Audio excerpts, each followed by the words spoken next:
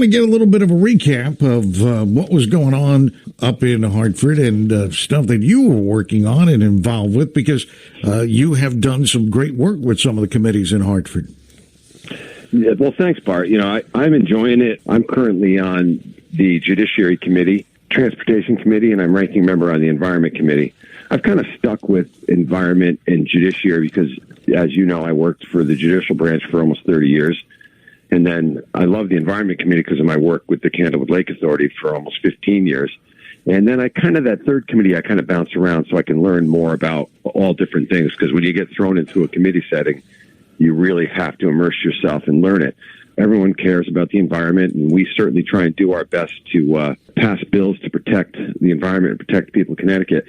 This year there's significant because we dialed back on a pesticide that is used and it can inhibit pollination. So we met with a lot of people on the off session, from the golf superintendents to lawn care people to arborists, about how to handle this, because you also don't want invasives taking over. So you have to balance it. So we passed some good bills that are limiting the use of certain pesticides to only professionals. I used to run the Lake Authority, and I used to go up and testify before the Environment Committee, and bills that get passed out of the House and the Senate that have come down don't work. So I made a vow when I got elected that when I work on bills, I'm going to call people that it actually affects and meet with them, because I don't want to pass laws that make life more difficult on Connecticut residents, and I've been doing that. What happened to the bear hunt bill? We got through the House of Representatives. I stood up on the House floor and talked on that, met with first selectmen, mayors of towns where they're, for instance, Cornwall, places like that. Last year, we had 69 home break-ins from bears. Places like Massachusetts that have a bear hunt had one.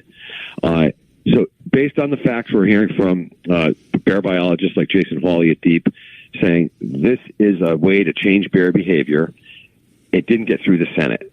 I think, and I'm not a hunter, and what a bear hunt will allow is to start culling the bear population and to change their behavior. I think we can get it through next year, because I think the governor has shown support. Katie Dykes, the commissioner of DEEP, has shown support, because it's based on fact, it's based on science, that they'll help the situation. It seems to be the battle in Hartford often for us is emotions versus fact. I take the fact route because my emotions shouldn't control how I vote for my district.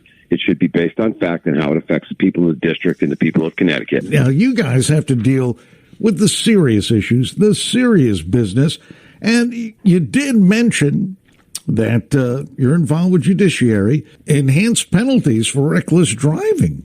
People who repeatedly get stopped for driving over 100 miles an hour. I don't know, Bart. I've never driven over 100, and I doubt you have either. No. But if you did and made the mistake, my guess is you got stopped and got a big old ticket for it. You wouldn't do it again. So people who are out there continuing to drive recklessly on the highways, there's no excuse for it. And along those lines, if you're talking about judiciary, there's a couple other bills. When the marijuana bill was passed a couple of years ago, they actually made a carve-out. If someone is observed smoking marijuana while driving, carve-out was they can't use that as probable cause to stop them. Now, that's insane. So over the past couple of years, we've tried to put amendments through that the majority party has continued to vote down. But this year we got some traction on it. So if someone is observed and seen and smelled smoking marijuana, they can actually use that as probable cause. The police can use that as probable cause to stop them. The other big one I wanted to talk to you about, Bart, if we have time. Yes, we do. Is the Trust Act. We're not talking about a breach of peace. We're not talking about a DUI, unless it's multiple. We're talking about domestic violent sex offenders, violent people who are in the country legally and are committing additional crimes and putting our community at risk.